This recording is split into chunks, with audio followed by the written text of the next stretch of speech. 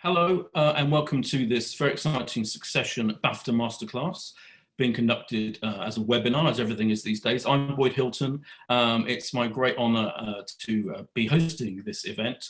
We're going to be joined by the creator, exec producer, showrunner, writer of Succession, and one of the directors. And we're going to see in a minute just a reminder of the fantastic show itself, a little look back at Series 1. And we're going to be talking about seasons 1 and 2. We can't say anything at all about what's going to be happening with season 3. Let me make that right clip from the start. And before we get to that clip, let me just also remind you, you can submit questions yourself. I'll be asking various questions to start with, and then I'll come to your questions at the end. Everyone who's joined us for this event remotely from wherever you are around the world, and you can submit questions throughout using the Q&A function, and I'll get to those eventually, hopefully. But maybe not all of them.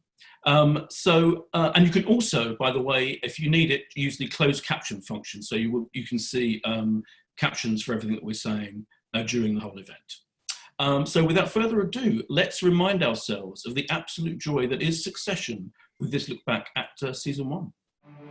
Kids, I changed my mind. I'm staying on as CEO, head of the firm. You fucked me. 3 years ago, you were still in the nut house. Dad, it's called rehab. And I'm in recovery. Yeah, Dad? Dad. While Dad is ill, the family proposes that Kendall run the company with Roman as COO. Yes, very serious. I'm not saying I would make a better CEO. That's unsaid. It's not unsaid when you say it. You know that he gave me a job? Why would I know? Because I thought everybody might be talking about me. Yeah, no, everyone was only talking about you, cousin Greg. Come in and see me, and I'll look after you. There's a huge debt problem. $3 billion. Don't jump. I've had an idea. You give me $4 billion. I stay boss. You invest. I didn't know you were coming in. Just making sure you're not selling any more of the company from under me. Dad's not well. If he's not careful, he's gonna destroy the company. The only way he'll respect you is if you try to destroy him. I love my father, but he is currently unfit to run this company. And I'm calling for a vote of no confidence in him as CEO and chairman. Bullshit, no. All in favor? You better be smelling your fucking armpit, Romulus. Against. Where you been? Meeting about a prospective job. With your father's enemy? You want this enough to go to war with your family. Sandy, he wants your piece of pie. Bring me in. We do this properly. Takeover, leverage buyout, hostile. What's your end, CEO? I want to talk about you properly. Come in. I've always thought you were the smartest. Oh, so that's why you tried Kendall and Roman first. Why are you so jumpy about this, Ken? Why am I jumpy? Fucking Rome, fucking shipping Connor, about taking the company out of family control. Is this a fucking bear hug? Fuck off. You don't have a connection for some powder? Yeah.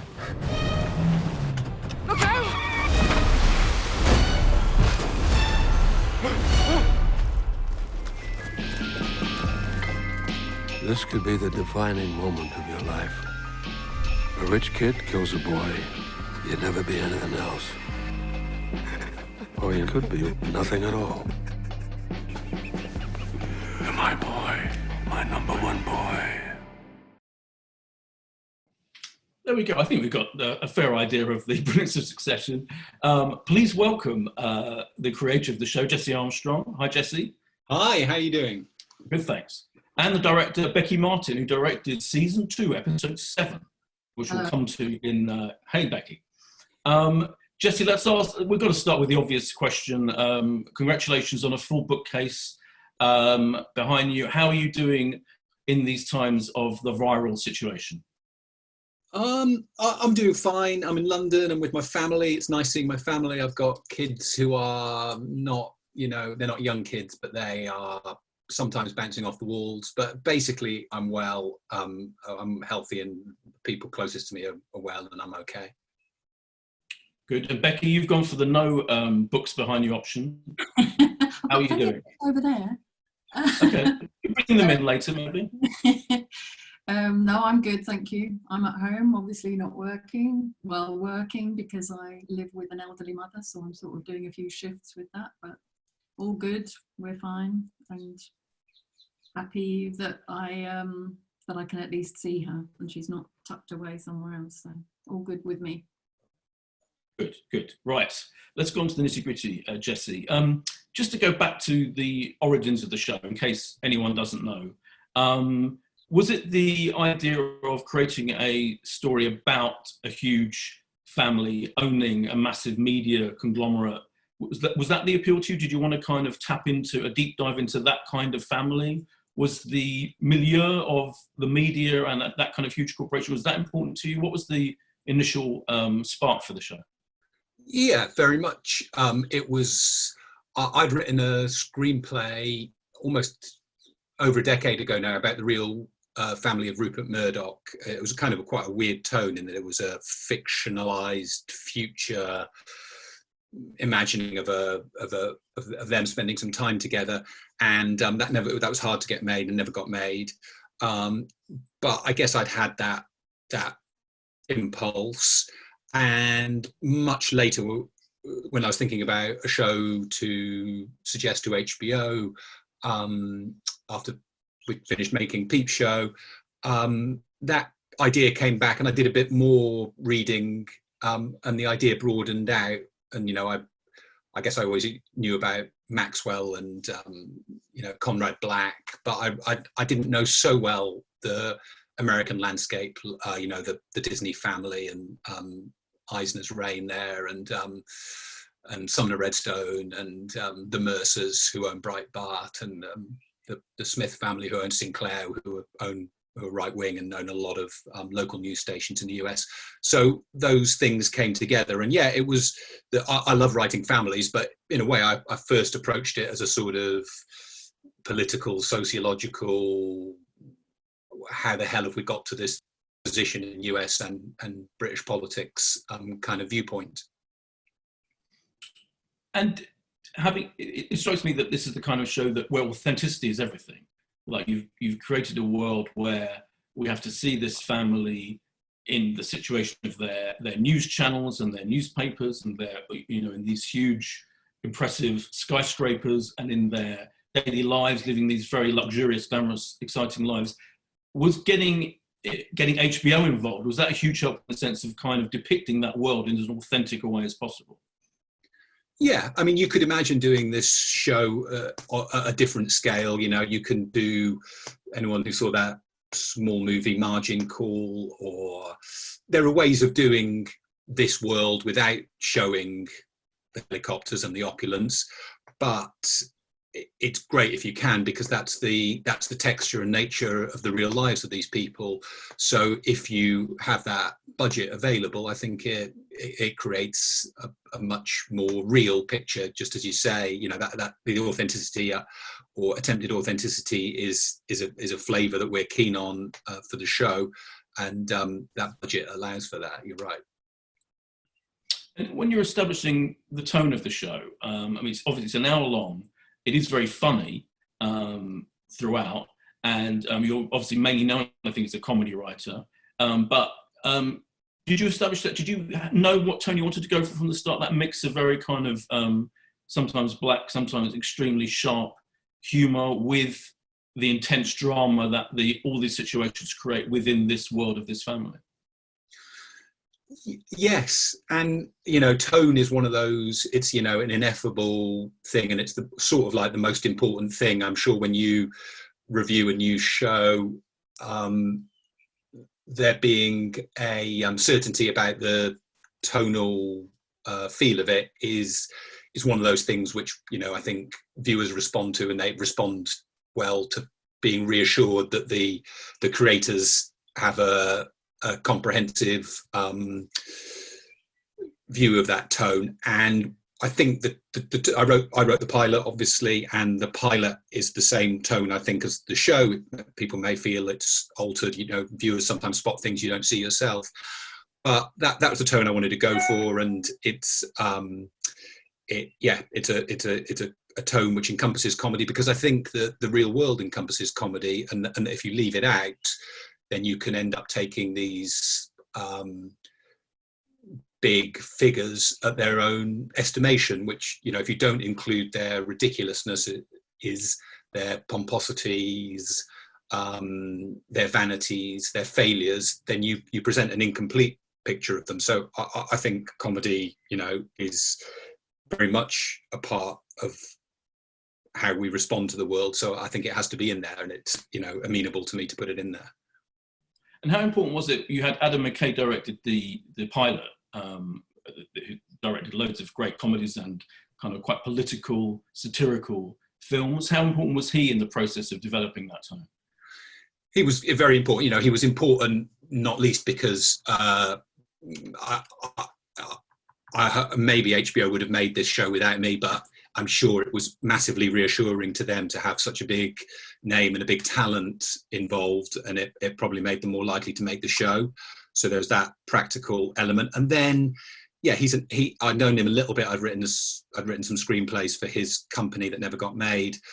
But he's a nice man. He's a smart man, and one of the many things that can go wrong with a project, a TV show or a film, is that people are making a different thing. The director and the writer and actors have different ideas of it. We were lucky in that, maybe because we both come from comedy worlds, maybe because I knew him a bit, maybe just because of luck, we had the same idea, I think, of what we were trying to achieve. His shooting of it with a sense of getting behind the scenes, the handheld, was very amenable to me and to the material. And he comes out of comedy, so as I'd learned to do with Armando on the thick of it, he was keen to do loose takes at the end of when we'd got all the material that we needed.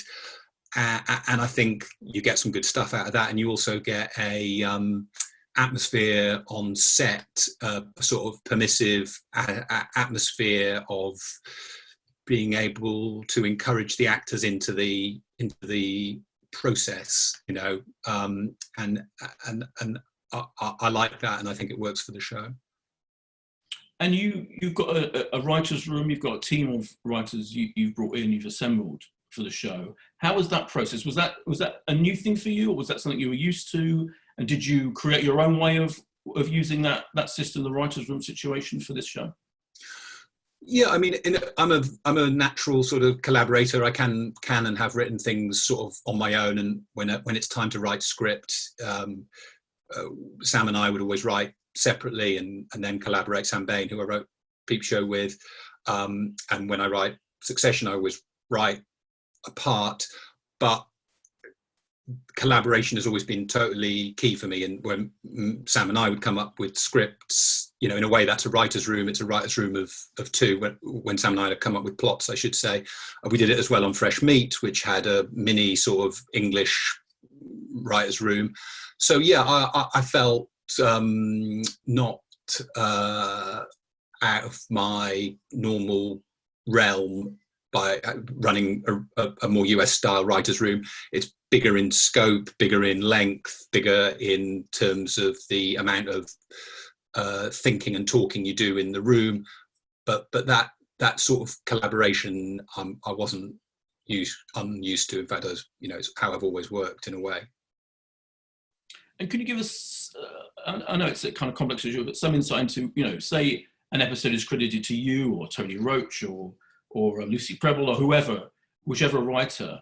What does that really mean? What does it mean when one of your writers kind of takes charge of an episode, if you like? How does that process work? It's a good question, and it's a little bit flexible, but I guess when I write one, it tends to be pretty much all my stuff, and then on the day, and Becky can talk about this, how we work is on the day we'll often have a bunch of moments, often comic moments, but sometimes not, where we might write some alternative lines to throw in on the day. So that portion of the script is often collaborated on, or I might occasionally ask one of my fellow writers to take a look at a scene that I'm having a problem with. Other people's scripts, sometimes they're, very much entirely their take. I always do a pass on everything. to maintain sort of tone and hit things that I want to hit, and sometimes they're more rewritten and using the talents of the other people in the room. So yeah, it's a slightly movable feast to get as much good stuff from everyone as we can. Great.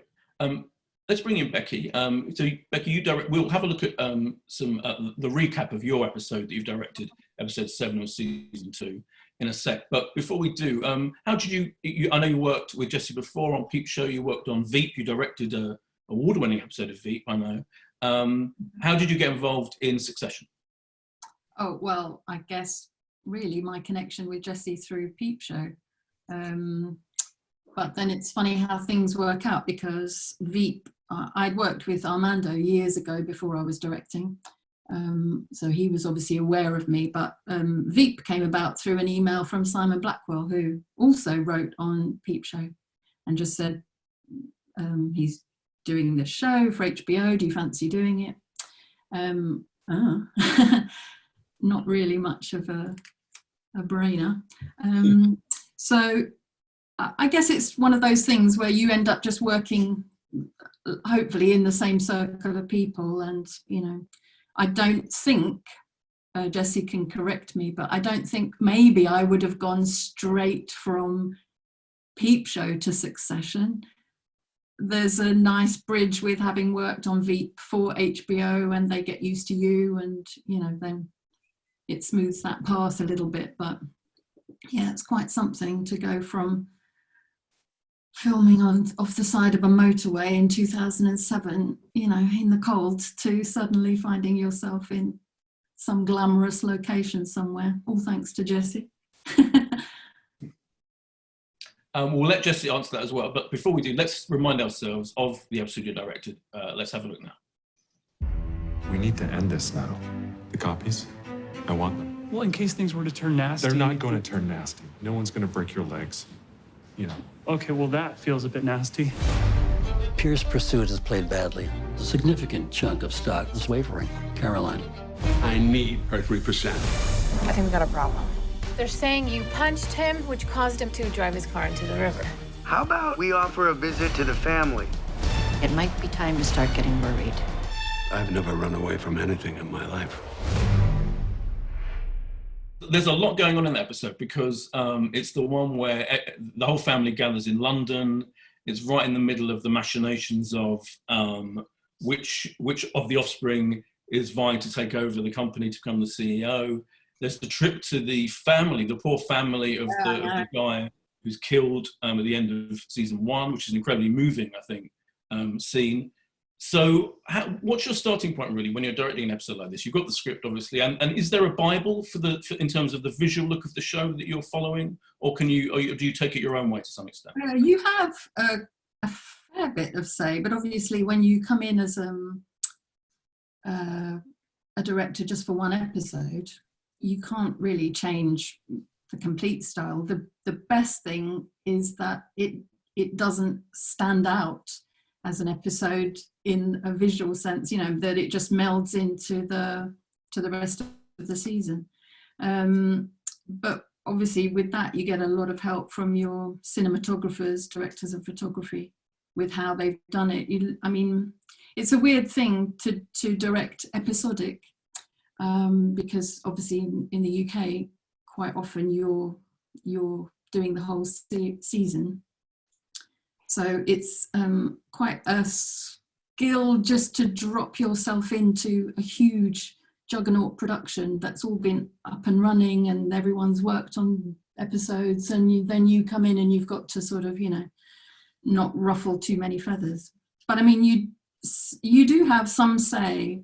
There's a kind of shooting style that you definitely notice in the pilot, which is a lot of little zooms in on camera during scenes, and it's very effective at getting a kind of pace and an energy and its own kind of drama. Sort of, you can punch up scenes. Now weirdly, although I love it if it suits a scene, it wouldn't be my choice to do that for everything, because I think actually sometimes you then become too aware of it and it distracts from the drama. So I basically I came in and just looked scene by scene. How do I want to tell the story of that scene? What's important? Is there a pace to it?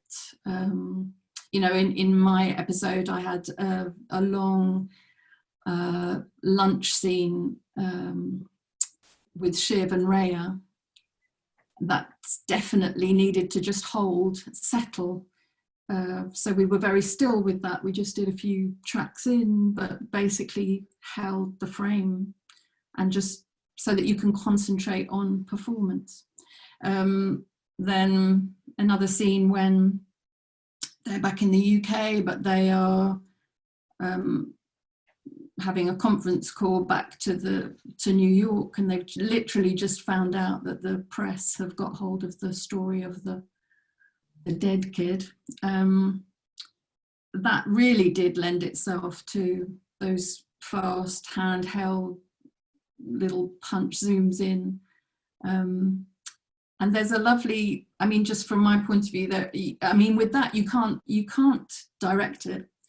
You have to let the camera operators, who are highly skilled, just follow their own flow with that, and they've seen a rehearsal, and you trust that they know who to zoom into at the right moment. And sometimes they get it wrong and you think, oh, we just missed that. Another take, they'll absolutely get it spot on, but more often than not, they'll get it absolutely right for you. There's one little tiny beat in that scene. It's such a small thing, but this is where that style really lends itself, I think. It's when Kendall is saying to his father, everyone else has left the room and it's just the two of them. And he's saying, are you absolutely sure that Rhea's the right person to be seen with? Aren't you making a bit of a fool of yourself?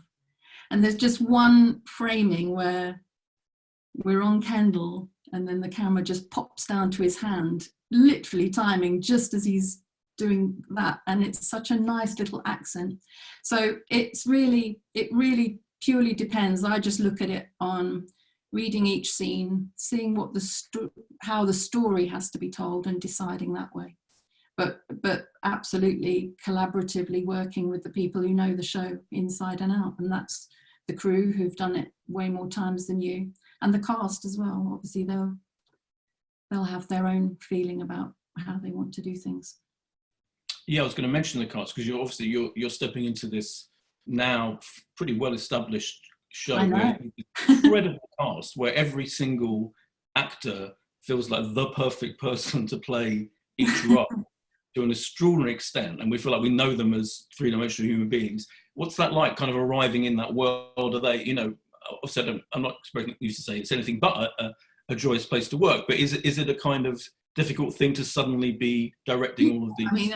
I mean, I've been directing for a long time, but it's still quite intimidating to walk onto a set with some of those big hitter names, and again, just not wanting to, you know, make the day all about, you know, some new person coming in. You just want to you know, blend in with everyone and not ruffle too many feathers. But yeah, of course, initially it's intimidating, but I was lucky enough I got to meet them at the table read for my episode when they were shooting another episode, and they were all incredibly friendly, gracious, and that really helped actually. And I know absolutely, hands down, that they trusted me perhaps a little bit quicker than they would if I hadn't had the connection with Jesse.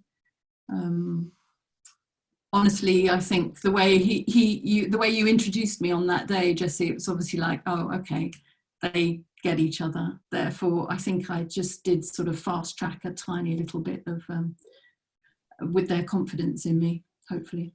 But yeah, it's incredible. But and also, I must point out must you, that it's my first drama.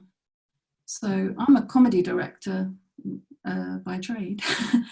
And so this is my first drama. And I remember when I was asked to do it, having a chat with Mark Mylod, who's the executive producer and sort of probably the main director. He directs most of the episodes per season. And funnily enough, I'd worked with Mark years ago at the BBC, so I did know him.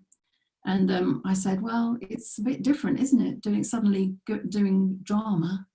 Will I be able to do it? And he said, Becky, it's exactly the same.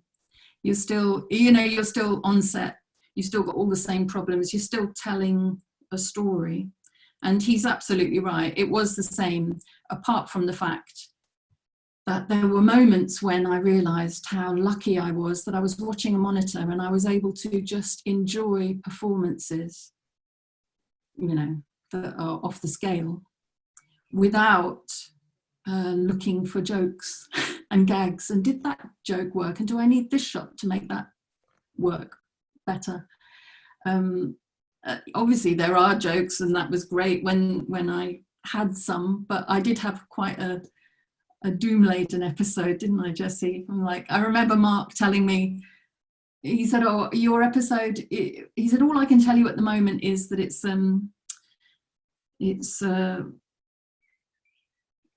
quite an emotive one, because it's the first time Kendall goes back to visit the house of the boy he killed. And so I didn't know anything beyond that, but of course that's sort of quite exciting that you get something, so dramatic. And but even that causes anxiety, because you think, well, I have to get the tone of that right. The ending of season 1, when all that kicks off, and that amazing scene with Brian and Jeremy at the end, you think, well, I can't stuff that up, that dynamic. And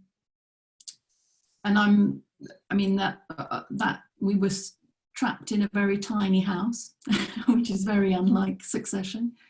And Jeremy, I must say, was, he's incredible. We decided that day to stay, not only practically because we were in a small space, but we kept the camera very much focused. We either walked in right behind his head, or we were right under his face that's when he sat at that kitchen table, to sort of try and get the idea of him, sort of like in a suffocating space. And he's a method actor, and he did it several times, but my God, some of the touches he put in, the one I mentioned to people was I just think was a magic touch that he gave to it. There was no direction. You can't really give him he doesn't want information before a scene. He doesn't want to know where you want him to sit. He follows his own spin with it. Was the little wiping of the glass with the dirty dishcloth. He just did that on a take himself. But it's a magic, it says so much. It says so much about the character, trying to offer up. It's almost like that's his pathetic little apologies. Well, at least I killed your son, but at least I can wipe your glass. So. Incredible. Because it's true, Jesse, isn't it? This is one of the most, tonally, this goes very dark in that sequence where they visit the home of the family of this dead guy. And it was that very much something you wanted to explore in this episode, and I feel like we get to see more of a human being, even though he's done this terrible thing, but there is a kind of, it does humanize the character. It does humanize Kendall particularly, which I guess is why the camera focused so much on him in that episode. Yeah, I don't think I have a ton to say about that. I think it broke so that Becky had an episode that was pretty one of the more somber ones.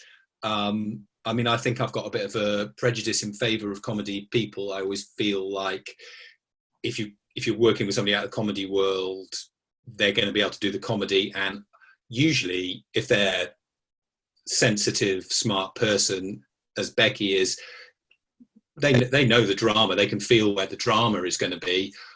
But somebody who doesn't have a comic sensibility, you can never explain how to cut and get comedy. It's not. It's you know, it's too ephemeral. So I'd much rather be shooting a serious scene with a comic director than a comic scene with a director who doesn't have a facility for comedy. Yeah, I'm sure. I was going to ask about a couple of moments in the episode actually, which struck me. One was Roman. There's a scene where Roman's in the car with Logan, and it's quite tense. There's a lot of tense encounters with the kids and Logan in this episode. And after this incredibly tense sequence in the car where they're driving along, and Logan's being pretty horrible and saying horrible things, Roman just looks out the window and says, "Fucking cars, buildings everywhere." And I thought that's such a brilliant moment where he just doesn't know what to say. Was that always in the script, Jesse? And was that kind of just, again, a moment where you kind of see what it's like to deal with this dad, this father figure? Yeah, it's in the script. That or something very similar, sort of a non sequitur ending. Kieran's a terrific improviser, but that was in the script, as I recall. There's some great moments with Tom and Greg. This is the episode where they burn some of the key documents that they're covering up, and Tom just leaves the investigators, and we never see again.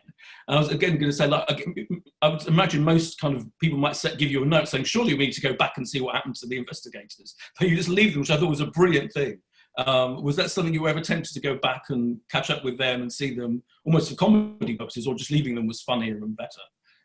Becky, something changed in the cut for that. Can you? But we never had a second hit of it, did we? I think it was something to do with the fact that I think it was when Tom catches up with Shiv and says, "I'm not going to get, screwed, am I?" I think the intention was that was in a slightly different order, so that it was never scripted or never shot that he went back and followed that up. But I think you always assumed that he was going to, and that he just saw her on his way out. But on the day, I think I said to you, I'm going to do some alternative takes where he says, "That was terrible. This is terrible." It's just like we kept doing a few different, and I think we ended up going with the past tense, "That was terrible," just because it's sort of, otherwise they're left hanging. There's nothing else you can. Yeah, we don't know whether maybe he has just gone back in, and it's quite nice not to know some of these things. So essentially, Becky saved us. She saw what was going to come in the cut and did a little, and got us a little get out of jail. But yeah, I think that I remember there was something about that, and that was a smarter way to affect that kind of that movement out of the investigation. I'm going to come to some of the questions. We've got loads of questions from the people watching, but before I do, I want to ask a couple of things. One is the music. Nicholas Patel's music is phenomenal. Surely one of the best theme tunes in history. Can you describe why it works so beautifully, that theme tune, why it fits the show so well, and the title sequence, I guess, together? I can talk. Nick is lovely. He's super smart. He's sort of polymath. And could probably write the show as well as score it if he needed to. And it's the first experience I've had with doing music with somebody. I'm not very articulate about music. I'm an unmusical person, but he manages to intuit sort of mumbled half sentences into a vibe. Not that I described what I thought the theme tune should be, but I went to his apartment and he played me some stuff, including a version of something like the theme tune. And it was like, this is, I remember sitting there and the hairs on the back of my neck standing up, because it felt like it has something, I think, courtly, some grandeur, it has something wonky, it has some of a hip hop antecedents.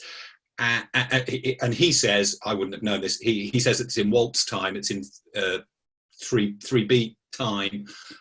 which is inherently unsteady, and there's something always kind of falling over and catching itself about the piece, which is, yeah, I still like listening to it in the edit. It's one of the most shows you're doing, you skip past that, but every time I watch a cut, I like to watch it because it does what a good theme does, right? It puts you in the space of the show. Yeah, Becky, in this episode, there are some lovely moments where that theme comes in, kind of variations of that theme coming at key moments. I guess was that a great thing to be able to work with for you as well? Yeah, although I have to say, because it is such a collaborative process, a lot of the music used through the episode was actually chosen by the editor as he was putting it together, Bill Henry. So, I mean, obviously he'll have stuff to work with. He puts something on as a guide, maybe when he's just cutting it in the assembly. But sometimes if it works so well, you know, you can't even imagine ever taking that piece off. You know, that particularly the sort of low-level tense stuff that was with following Kendall in that, you know, in that house when he revisits. I mean, you know, Bill decided to put that on. Why would you change that? It's genius. So, you know, that I can have an input in that, but quite often, you know, it's a huge collaboration, and the editors know exactly what they're doing, and they know what sort of tone, and if something that they put on works, perfect, then you wouldn't want to change it. Great. Right, I'm going to go to some of the many questions we've had in.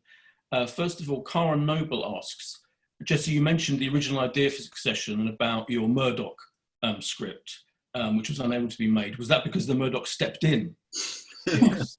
That would be a good Succession plot. Not that I'm aware. Great. Tommy Jessup asks, do you often laugh out loud while you're writing the show? Not normally when I'm typing, like writing. But the writer's room, we do laugh a lot. Yeah, it's probably, you know, hour by hour the best part for me of making the show is the writer's room. It's a very talented and funny group, so it's pretty good on good days. Can I ask one additional question to that? Is it must change it slightly, like from season 1 when perhaps you're writing scripts and you don't know the cast so well, and when you know what the cast can do with stuff? Yeah, we had the pilot, but how well it's working, because you sort of imagine them saying it then. Yeah, you definitely, you know, there's a benefit and a danger. The benefit is you get them in your head and you can feel the rhythms and you know maybe what people are good and, you know, to write towards. The danger is that you do that too much and you sort of, you know, end up writing parody of yourself or you know, just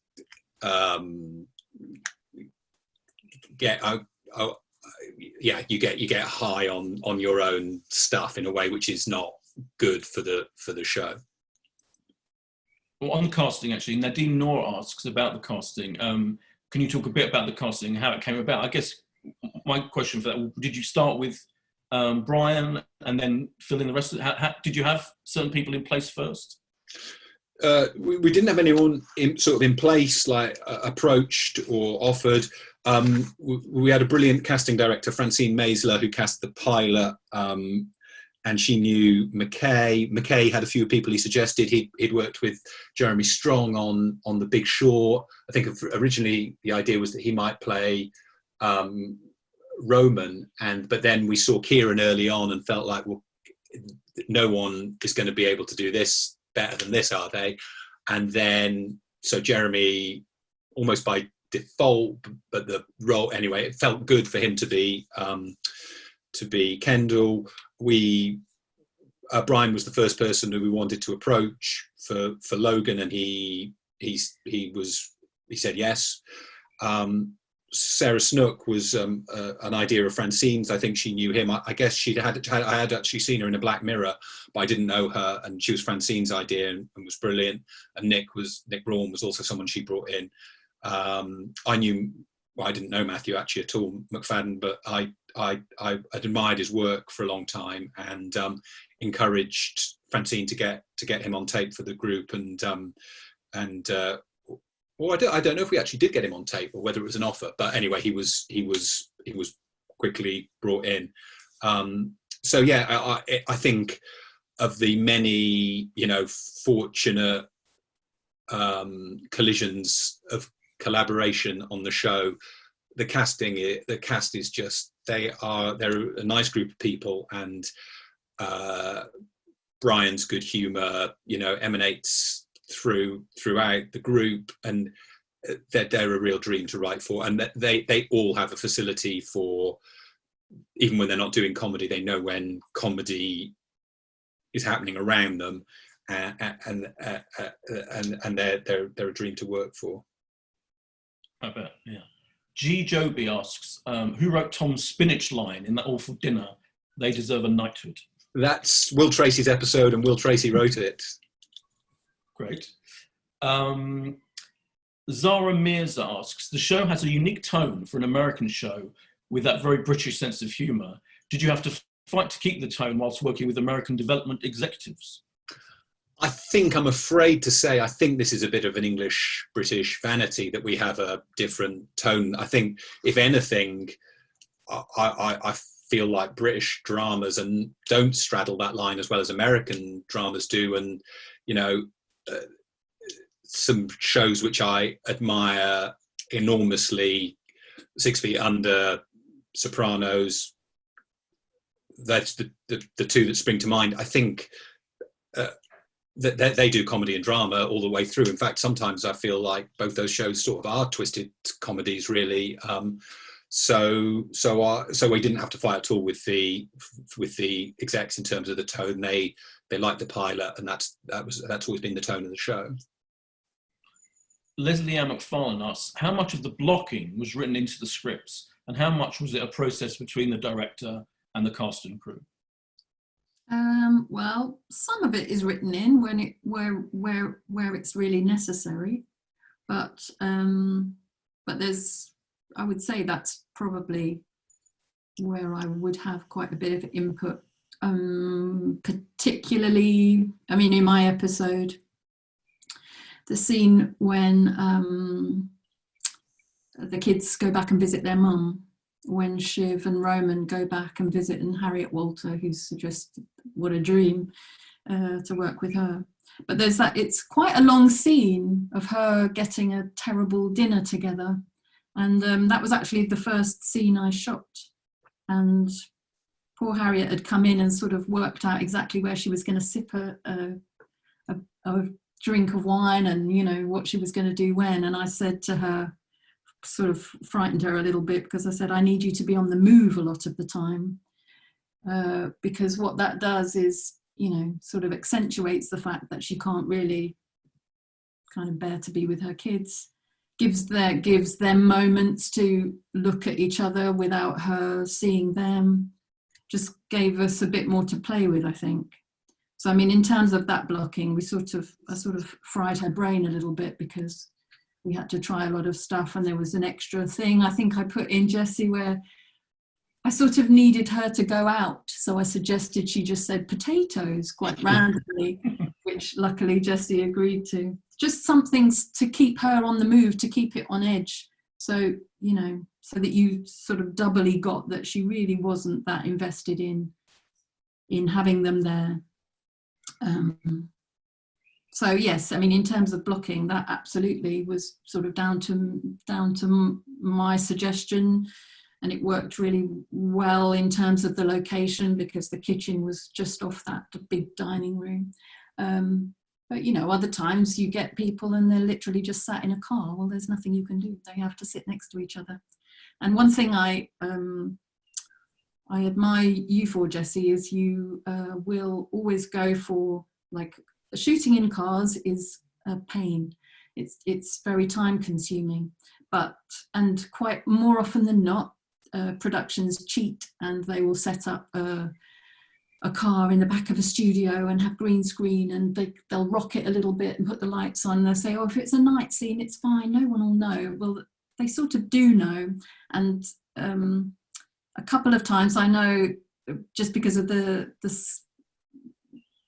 production having a few busy days, I think you were asked if we could do something like that for one of those scenes. I think it was a scene that didn't make it in the end. It was a scene with Nick Braun,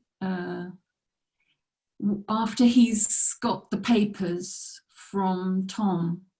It's like he's rescued some of those papers from the burning fire. I think there was originally a little scene written where he either got an Uber or a taxi, and we were talking about, oh, how can we fit that into our shoot day? And I think it was raised because it was like, oh, well, the only way we're going to do it is if we stick it around the back of the studio and do it. And you absolutely said, no, if you know, we didn't do it in the end just because I think we didn't need it for the story. But that is, so all those scenes in cars, you know, they're bumpy. Occasionally the camera will bump. We don't get like a smooth run at it sometimes, but I think it's definitely worth keeping it for real with that. Thank you. That's so interesting. That dinner scene was incredible with the pigeon with the shot and feathers in it, just to add. Sylvia Parker asked a question. I think this is a good question because a lot of people have mentioned this kind of thing with Succession. Is, were you ever worried about having so many unlikable characters in one show? Yeah, I think foolishly not. I think probably in retrospect we should have been. I've always felt the shows I like are about interesting people, not necessarily likable people. Maybe it does limit your audience to some extent. Luckily, we're on HBO, which is a subscription service, and it's not as cutthroat for numbers as you could be elsewhere. So no, I never gave it a thought really, and I wouldn't know how to write those people in this world. So comedy helps with that though, doesn't it, Jesse? What? The comedy helps with that because it sort of gives us a little key into them, doesn't it? It's like, you know, if they were just horrible people who said horrible things all the time, I don't think you would invest in them. But when they sort of undercut each other occasionally with humour, it's something that we can hook onto somehow, makes them. Yeah, and I mean that maybe that makes it a bearable watch because they are not traditionally likable. I guess I mean there's a level, I guess, somewhere ingrained in the show of a point of view about this world and these people. But I would also say that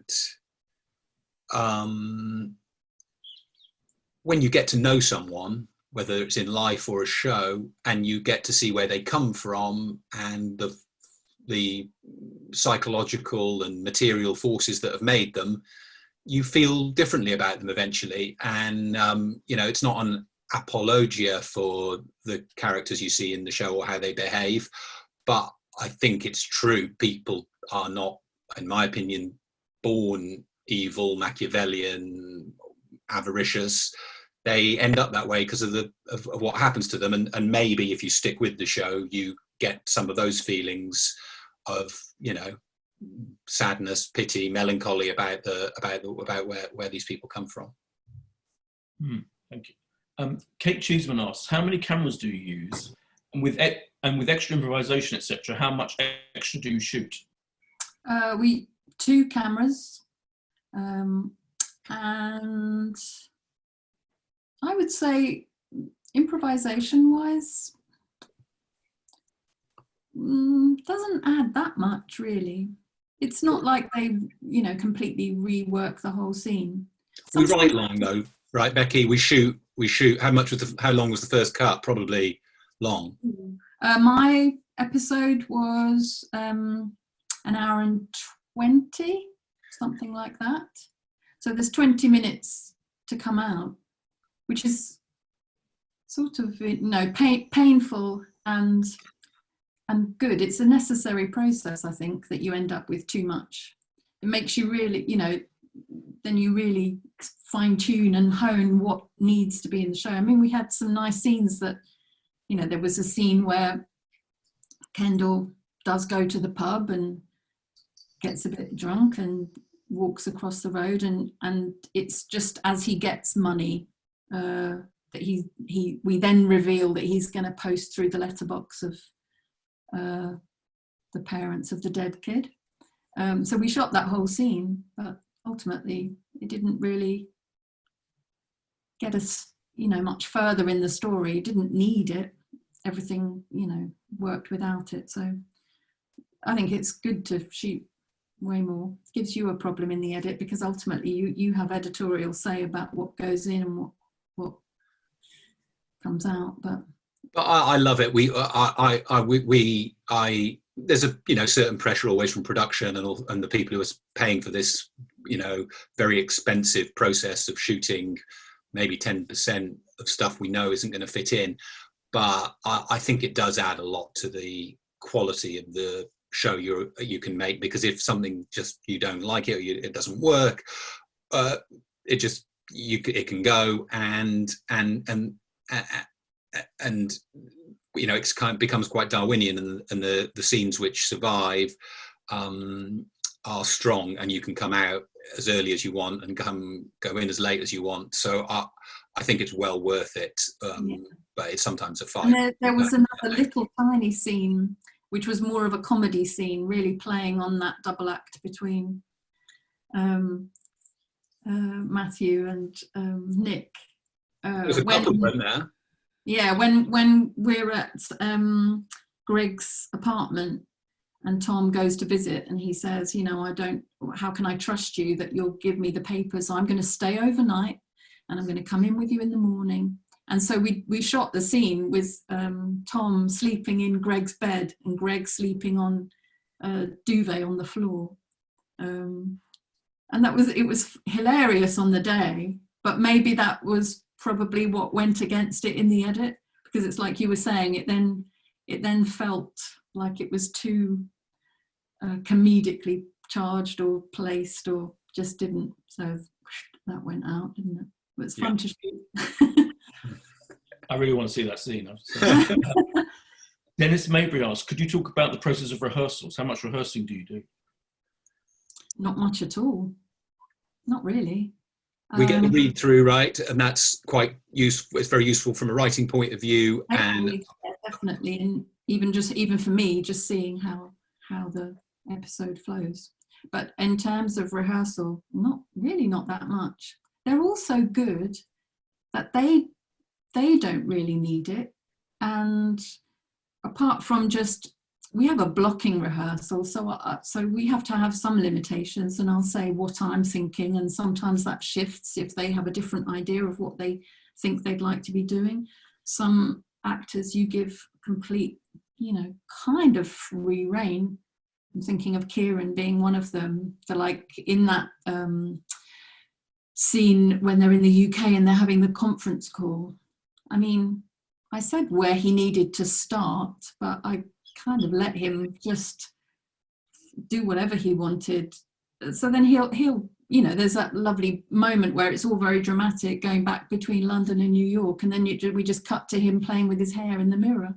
You know, that's just something he did on the day, and we capture it. So it's nice not to absolutely pin them down. There's just occasionally when if it serves the story better, like the dinner party where I felt that it needed the tension of her moving backwards and forwards.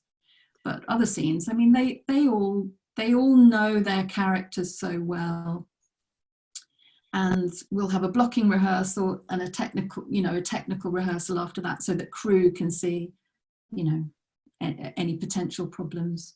But that's as far as it goes, really. I think, I mean, especially for Jeremy, because he's method, he doesn't really like any rehearsal or prep, and you know, he was fine with some scenes. I could say roughly where I needed him to start and finish, and it's kind of leave it up to him as to what he did in between. But in a way, I think it probably helps that we don't rehearse too much, because it adds a kind of, you know, energy and attention to some scenes. If they knew it inside and out, then it wouldn't have that edge to it sometimes. Yeah. And Zoe Lubeck asks, how did you go about staffing the writer's room? Were you looking for any unusual traits or experience in your writers, or was it based on your own network? A little bit. It was a sort of mixture, a bit of my own network. There was several people who I've worked with before, John Brown, Tony Roach, and Georgia, who I hadn't worked with directly, but is in the British comedy world sort of thing. And then reading some scripts of people who I admired from the world of theatre, where we've drawn a lot of our writers from, Lucy Prebble and Susan Stanton, who's American. And yeah, I wanted a mixture of American writers. I wanted it to be roughly half and half, men and women. So it was a mixture. It was a mixture, and some people who HBO suggested, some people who had been around shows of this sort of scale before, like Jonathan Glatzer. Yeah, so a mixture, not a completely closed shop of just folks who I knew by any means, and those that a variety of voices, ideally, and ages. Thank you. And I think this will probably have to be the last question, because sadly we've run out of time. But Peter Bowles asks, the last episode of season 2 on the yacht reminded me of the pacing of an episode of The Apprentice, but with more helicopters. There's a real life feel to your style. Was this episode at all inspired by reality TV? No, although McKay was a big fan of. Do you know the reality show Below Deck? Yes.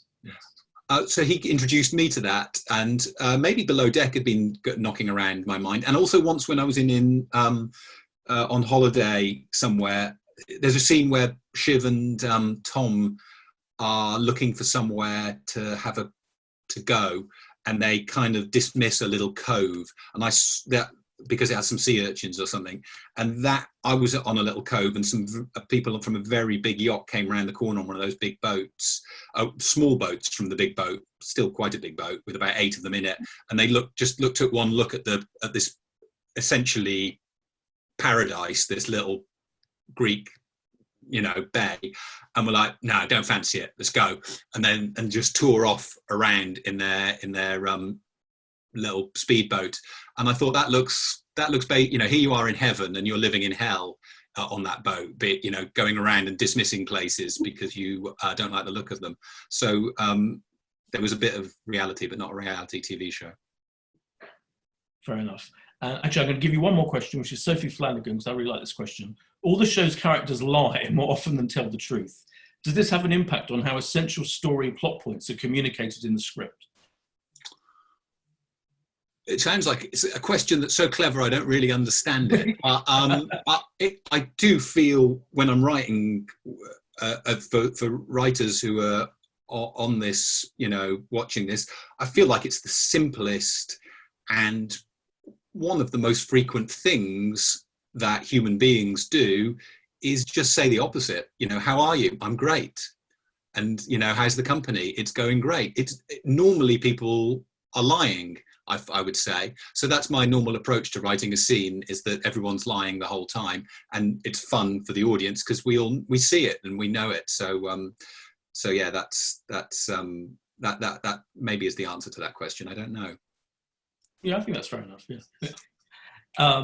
Thank you so much, Jesse and Becky, for so many insights into the creation of the show. Can't wait for season 3. Obviously, I'm sure you'll sort out how that's going to happen when the virus ends, or we get rid of the virus. And thank you to everyone who sent in questions. I'm so sorry I couldn't ask enough of them. We had so many, like dozens of them. But maybe we'll do another one eventually when season 3 arrives. And thank you to BAFTA and everyone for organising this whole event. Thank you so much. Thank you. Thank you, Boyd, and thank you, everyone. Shame not to be able to see you all, but I send my best in the difficult times. Cheers. Bye.